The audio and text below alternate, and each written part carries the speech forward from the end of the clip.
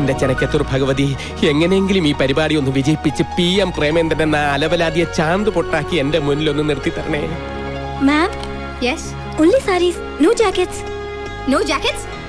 Call the bloody manager. Hi everybody, ഞാൻ CM Premachandran, manager new friends group. Manager? Yes. Where are the jackets? അയ്യോ, Where are the jackets for the sarees? ഞാൻ മറന്നുപോയി. What? മറ cover നു cover നു മറന്നു പോയി, അത്രേ ഉള്ളൂ. Get out! നജീബേ, Fool. അവളുമാരുടെ ഒരു ഒടുക്കലത്തെ ഇംഗ്ലീഷ്. നജീബേ, നീ ഇതെവിടെ പോയി കിടക്കുവായിരുന്നു? ഞാൻ അവളുമാർക്ക് റാംബോയിൽ കൂടെ നടക്കേണ്ട സ്റ്റൈൽ ഒന്ന് കാണിച്ചു. റാംബോ അല്ല, റാമ്പ്.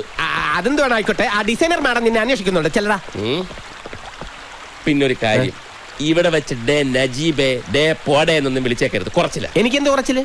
നിനക്കല്ല, എനിക്ക്. അത്ര ഉള്ള സാർ എന്ന് മാത്രം വിളിച്ചാ മതി. അതെന്തിന്? ന്യൂ ഫ്രണ്ട്സിന്റെ MDയോട് സ്റ്റാഫിനൊക്കെ കുറച്ച് റെസ്പെക്ട് ആണെന്ന് കരുതിക്കോട്ടെ. ആ റെസ്പെക്ട് MD മാനേജറോടും കാണിക്കണം. ഞാൻ നിന്നെ സാർ എന്ന് വിളിക്കണം. വിളിച്ചാലെന്താ? ഡേ, നമ്മൾ തമ്മിൽ ഒരു വ്യത്യാസമേ ഉള്ളൂ. കോട്ടിട്ടവൻ MD, കോട്ടിടാത്തവൻ മാനേജർ, അത്രേ ഉള്ളൂ. ഒരു വ്യത്യാസങ്ങളുണ്ട്. എന്ത്? ആ വ്യത്യാസം എന്താണെന്ന് നിനക്ക് മനസ്സിലായാലും അന്ന് നീ MD ആവും.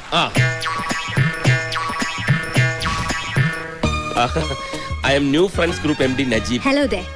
Are you okay? Yeah, okay, sir. But one problem. What problem? Tell me. We didn't get the jackets yet, sir. We had sent the measurement of our girls. I told that to your manager, but he did not respond yet. See, madam, actually, okay, CM ഏറ്റതല്ലേ? സിയും ഒന്നും പറയാതെ മുങ്ങിയത്രേ. Here, see, ഇവരുടെ ആ മുടിഞ്ഞ English കേട്ട് മുങ്ങിയതായിരിക്കും അവൻ. ഇനി തയ്ക്കാൻ മറന്നിട്ടുണ്ടാവും. എനിക്കറിയില്ല. നീ അവരെ ഒന്ന് പറഞ്ഞു മനസ്സിലാക്ക്. ഈ സാരി കൊണ്ട് എങ്ങനെങ്കിലും ഒന്ന് അഡ്ജസ്റ്റ് അയ്യോ, ചെയ്തിട്ടുണ്ടാവും. ബ്ലൗസ് അല്ലാതെയോ? സാരിയുടെ ഷോ അല്ലേ, ബ്ലൗസിന്റെ ഷോ അല്ലല്ലോ. ഇവരോട് എന്താ പറയാ? അത് നീ ഇങ്ങനെ ബ്ലൗസ് വെച്ച് ഇങ്ങനെ അഡ്ജസ്റ്റ് ചെയ്ത് നീ അങ്ങനെ ചെയ്താൽ മതി. നീ അതൊന്നും ചെയ്താൽ ശരിയാവും, പറ്റില്ല. ശരിയാവും. ഞാനില്ലേ പറഞ്ഞത് ശരിയാവും. ഓരോരോ പുലിവാലി. നജീബ് ഇവിടെ ഉണ്ടായിരുന്നോ? ഈ സാരി അവതരിപ്പിക്കേണ്ട സ്റ്റൈൽ ഞാൻ അവർക്കൊന്ന് പറഞ്ഞു കൊടുക്കായിരുന്നു. ഈ തമിഴ് ഗ്രാമങ്ങളിലെ സ്ത്രീകളെ പോലെ ബ്ലൗസ് ഇടാതെ സാരി വെച്ച് ഏത്? അത് കൊള്ളാം, വെരി നൈസ്. അതെ, സാറെന്താ ഇവിടെ? അല്ല, ഞാൻ ഈ മോഡൽസിനെയൊക്കെ ഒന്ന് പരിചയപ്പെടാമെന്ന് കരുതി വന്നതാ. അവരെ റിഹേഴ്സൽ ചെയ്തോണ്ടിരിക്കും. ആയിക്കോട്ടെ, റിഹേഴ്സൽ കാണാമല്ലോ. അതൊന്നും കാണാൻ അവർ അനുവദിക്കില്ല. അയ്യോ, അല്ല, ബാംഗ്ലൂരിൽ നിന്ന് ഇതുവരെ നമ്മുടെ ഷോയ്ക്ക് വേണ്ടി വന്നിട്ട് പരിചയപ്പെട്ടില്ലേ മോശമല്ലേ? നജീബ്, അവരെ എനിക്കൊന്ന് ഇൻട്രൊഡ്യൂസ് ചെയ്താ. ചെയ്യാം, പക്ഷെ റിഹേഴ്സൽ ഒന്ന് കഴിഞ്ഞ് അവരൊന്ന് അണിഞ്ഞൊരുങ്ങിക്കോട്ടെ. അത് മതിയോ? മതി. സാർ എന്നാ ഓഡിറ്റോറിയത്തിലോട്ടിരുന്നേ. അവിടുത്തെ അറേഞ്ച്മെന്റ്സ് എന്തെങ്കിലും മോഡിഫിക്കേഷൻ വരുത്തുന്നുണ്ടെങ്കിൽ സാർ ഒന്ന് പറഞ്ഞേ. ഞാൻ പരിചയപ്പെടുത്തരാം. കാഞ്ചീപുരത്തെ എല്ലാ സിൽക്ക് കമ്പനി ഓണേഴ്സും വരുന്നതാ. അവരെ ഫുൾ മേളത്തോടെ വേണം സ്വീകരിക്കാൻ. അതൊക്കെ അടിപൊളിയാക്കും, സാറ് നോക്കൂ. അല്ല, ആ ലേഡീസിന്റെ മേളക്കാരൊന്നും ഇതുവരെ എത്തിയില്ലല്ലോ. ഇപ്പൊ തന്നെ മണി 5 ആയി. ഷാർപ്പ് 7 മണിക്ക് പ്രോഗ്രാം സ്റ്റാർട്ട് ചെയ്യേണ്ടതാ. കൃത്യം 7 മണിക്ക് മേള സ്റ്റാർട്ട് ചെയ്തിരിക്കും.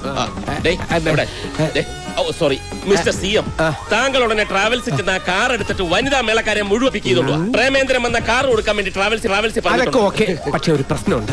ഒരു മിനിറ്റ് ഇങ്ങോട്ട് വന്നേ. ഞാനോ? 1 സെക്കൻഡ്. ഓ, എന്താടേ? എന്റെ റബ്ബേ. എന്താ Najeeb, anything wrong? Nothing. Sir ഓഡിറ്റോറിയത്തിലോട്ടല്ലേ? നീ ഇവിടെ തന്നെ കാണണം. അതെ, ഞാൻ മാനേജറായി ചാർജ് എടുത്തിട്ട് ഫസ്റ്റ് ഇവന്റ് ആണ്. ഓക്കെ, അടിപൊളി ആയിരിക്കണം. അടിയുടെ കാര്യം ഉറപ്പായി. പൊളിയുടെ കാര്യം നജീബ് തിരിച്ചു വന്നാലേ പറയാൻ പറ്റൂ. വാട്ട്?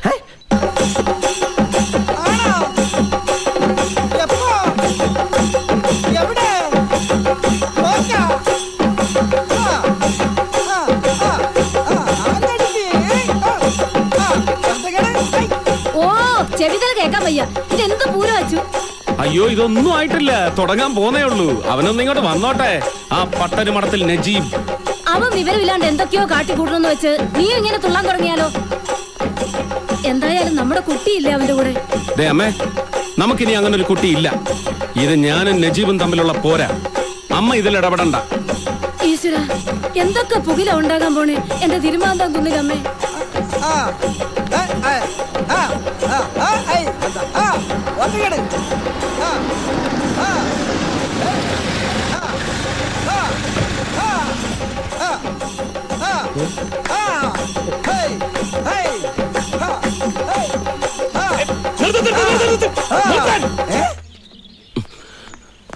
നിങ്ങളോട് കൊട്ടാൻ പറഞ്ഞത് ഞാനാ, നിർത്താനും ഞാൻ പറയും.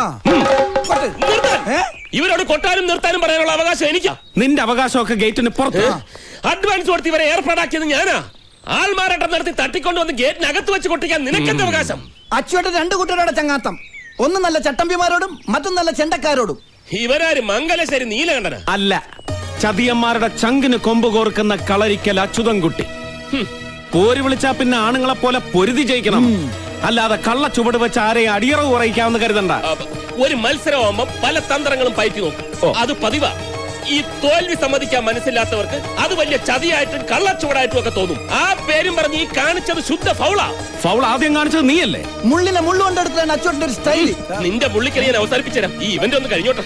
അതിപ്പോഴേ കഴിഞ്ഞില്ലേ? അയ്യടാ, ആ പൂതി അങ്ങ് മനസ്സിൽ വെച്ചാ മതി.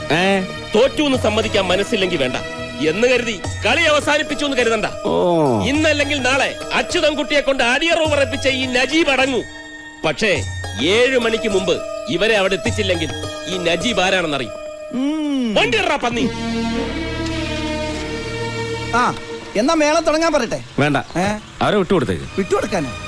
എടാ, അവനെ ഈ മുറ്റത്ത് വരുത്തി ചെയ്ത കള്ളത്തരം പൊളിക്കണമെന്നേ എനിക്കുണ്ടായിരുന്നുള്ളൂ. അത് നടന്നു. ഇനി ഇവന്റ് നടത്താതിരിക്കുക എന്തോ ചെയ്തോട്ടെ. ജയിച്ചു എന്നും പറഞ്ഞ് വീമ്പിളക്കിക്കൊണ്ട് വരില്ലല്ലോ. ഏയ്, അച്ഛൻ എന്ത് പറഞ്ഞാലും ശരിയാണ്. ഇവരെ പറഞ്ഞു വിട്ടിട്ട് അവരെ കൊണ്ട് ആ പരിപാടി നടത്തിക്കുന്ന പ്രശ്നമില്ല. എന്നാ ഒരു കാര്യം ചെയ്യ്. നേരം വെളുക്കോളം എവരെ ഇവിടെ നിർത്തി കൊട്ടിച്ചോ. എന്നിട്ട് പേയ്മെന്റും കൊടുത്ത് വിട്ടേ. കാലത്ത് നിന്റെ ശമ്പളത്തിൽ നിന്ന് ഞാൻ കട്ടി. എല്ലാവരും വണ്ടി കൊണ്ട് ചെണ്ട കയറി ചെണ്ട കൊണ്ട് വണ്ടി കയറിക്കോ. ശരി, പോ പോ പോ. ആ പ്രോപ്പർട്ടീസ് എല്ലാം ഇറക്കി ഷെഡിനകത്തോട്ട് വെച്ചോ. സൂക്ഷിച്ചു വേണം. ശരി. എന്തുവാടേ ഇത്? എല്ലാം അഴിച്ചെടുത്തോണ്ട് വെളുപ്പിനെ എത്താന്ന് പറഞ്ഞിട്ട് ഇപ്പോഴാണോ വരുന്നത്? അതെങ്ങനെ? ഇന്നലെ ഇവന്റ് കഴിഞ്ഞ് എന്തായിരുന്നു പൂരം? അടിച്ച് പൂക്കുറ്റിയായിട്ട് കിടന്ന് ഉറങ്ങിയിടത്ത് എണീപ്പിക്കാൻ പറ്റ പാട്. ഇവന്മാര് ഇവരെന്നെ എണീപ്പിച്ച കാര്യം പറഞ്ഞത് ലേശം ഓവറായി പോയി. സാധനം ഡ്യൂപ്ലിക്കേറ്റ് ആയിരുന്നു. പ്രോഗ്രാമിന്റെ സെറ്റപ്പിനെ കുറിച്ച് ഭയങ്കര അഭിപ്രായം. നജീബിന്റെ വിരട്ട് അച്യുതൻകുട്ടിക്ക് ശരിക്കും ഏറ്റെന്നാ പറഞ്ഞത് അല്ലേ ഫിലിപ്പോച്ചാ? ഏറ്റില്ലെങ്കിൽ പിന്നെ അച്ചുവേട്ടനാ മേലക്കാരെ പറഞ്ഞിടുമെന്ന് തോന്നുന്നുണ്ടോ? കറക്റ്റ്. നാളെ തന്നെ അച്യുതൻകുട്ടിയുടെ ഓഫീസ് പൂട്ടിച്ച് ആ PM മീശ പഠിപ്പിച്ച് പൊട്ടും കുത്തിച്ച് നാട്ടുകാരുടെ മുന്നിൽ കൂടെ നടക്കൂല. നടത്തിക്കും. അവനെ നടത്തിക്കുന്ന കാര്യമല്ല. പിന്നെ അച്യുതൻകുട്ടിയുടെ ഓഫീസ് പൂട്ടുന്നത് നടക്കൂല. അതെന്താ? നമ്മള് ജയിച്ച ഓഫീസ് പൂട്ടിക്കൊള്ളാന്ന് അവൻ വെല്ലുവിളിച്ചല്ലേ? അതിന് നമ്മൾ ജയിച്ചു നമ്മൾ സമ്മതിക്കണ്ടേ? എന്താ സമ്മതിച്ചാല്? കള്ളത്തരം കാണിച്ചാണ് ഈ ഓർഡർ തട്ടിയെടുത്തതെന്ന് അച്യുതൻകുട്ടിക്ക് അറിയാം. ഞാൻ അപ്പഴേ പറഞ്ഞില്ലേ ആൾമാറാട്ടം നടത്തി ഓർഡർ പിടിക്കുന്നത് ഫൗളാണെന്ന്. ഇപ്പൊ ചായ കുടിച്ചാ ശരിയാവില്ല. പിരിയും. നീ അവർക്കൂടി.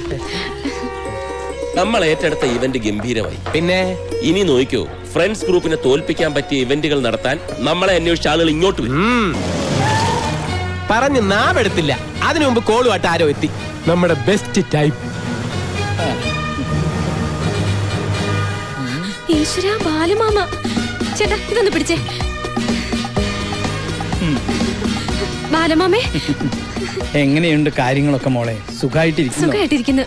ഇതേതാ ഈ അവതാരം? ആതിരയുടെ ഒരേ ഒരു അമ്മാവന ബാലകൃഷ്ണൻ നായർ. ബാലാജി എന്ന് വിളിക്കും. ഈ തമിഴ് തെലുങ്ക് സിനിമകളിലെ സ്റ്റിൽ ഫോട്ടോഗ്രാഫർ.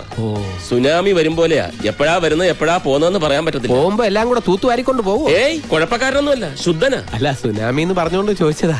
എന്നടാ നീ ഇപ്പിടി പാക്കറേ? അല്ല, ബാലമാമ ഇങ്ങോട്ടൊക്കെ വരുമെന്ന് തീരെ പ്രതീക്ഷിച്ചില്ല. ആലപ്പുഴയിലെ ഷൂട്ടിംഗ് ആയിട്ട് ബന്ധപ്പെട്ട് നാം വന്നത്. ഒരു തമിഴ് പടം ഡയറക്ടറും പ്രൊഡ്യൂസറും ഒക്കെ മറ്റന്നാ വരും. ഞാൻ നേരത്തെ ഇങ്ങോട്ട് വന്നു. എല്ലാവരെയും ഒന്ന് കണ്ട് കാര്യങ്ങളൊക്കെ പറഞ്ഞ് മുടിച്ചിട്ട് പോകാന്ന് നിனைച്ചു. മുടിച്ചിട്ട് പോവാനാ? മുടിച്ചിട്ടെന്ന് പറഞ്ഞ തീർത്തു എന്നർത്ഥം. ഞാൻ വിചാരിച്ചു മുടിച്ച്.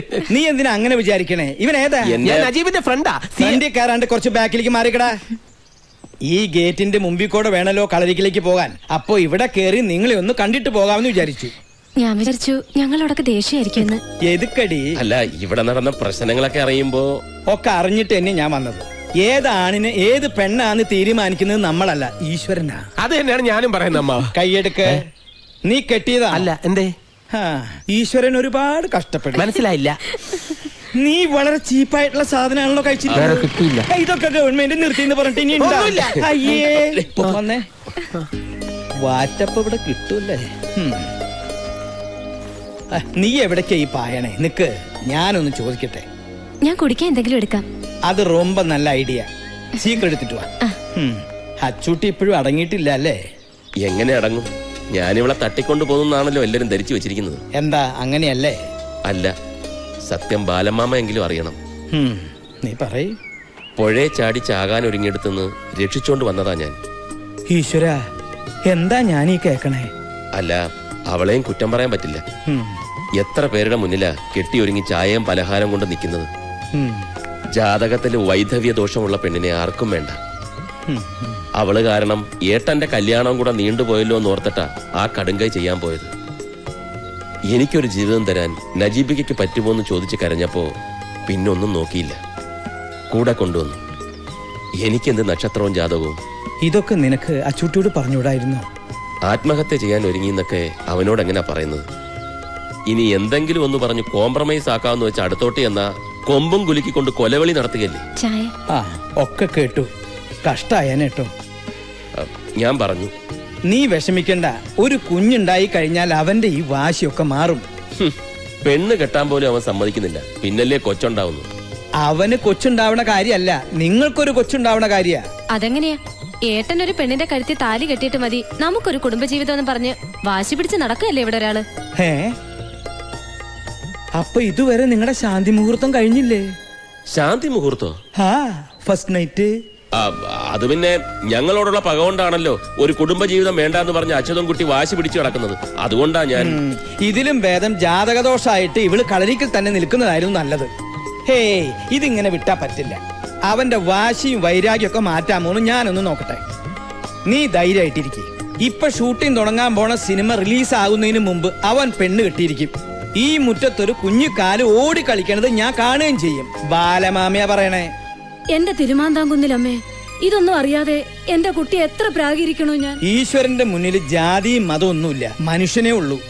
ഇനിയാവത് വാശിയും വൈരാഗ്യമൊക്കെ അവസാനിപ്പിച്ച് അത് നിങ്ങളെ അനുഗ്രഹിക്കാ വേണ്ടത്.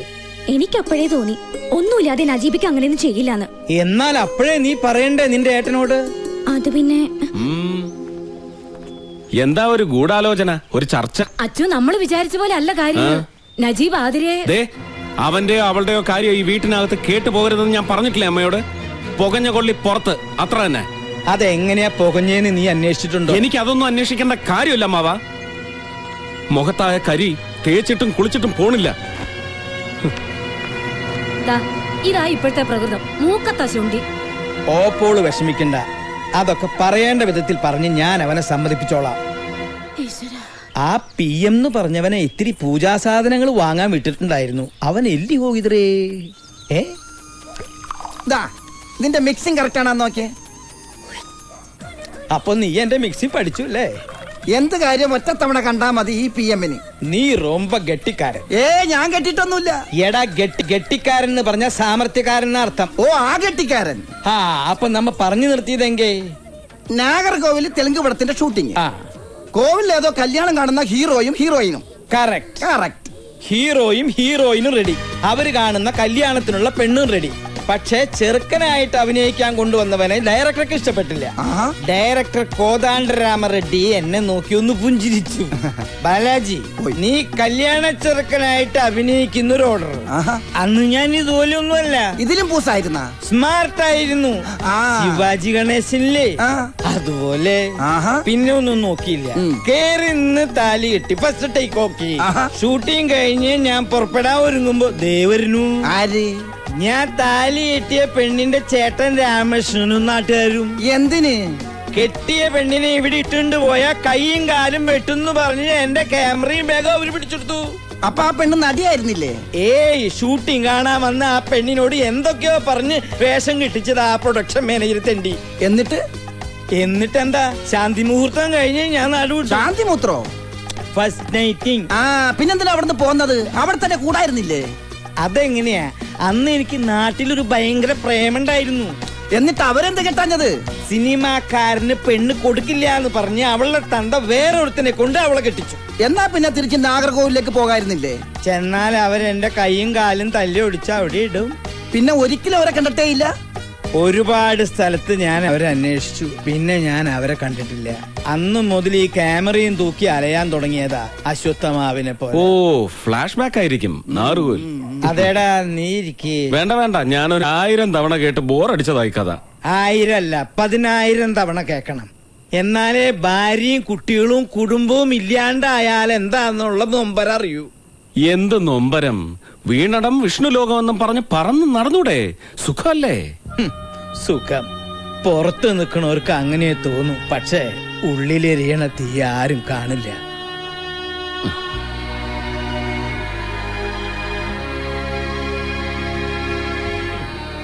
അതുകൊണ്ടാ പറയണേ, ഈ ബാലമാമയുടെ ഗതി നിനക്കുണ്ടാവരുത്.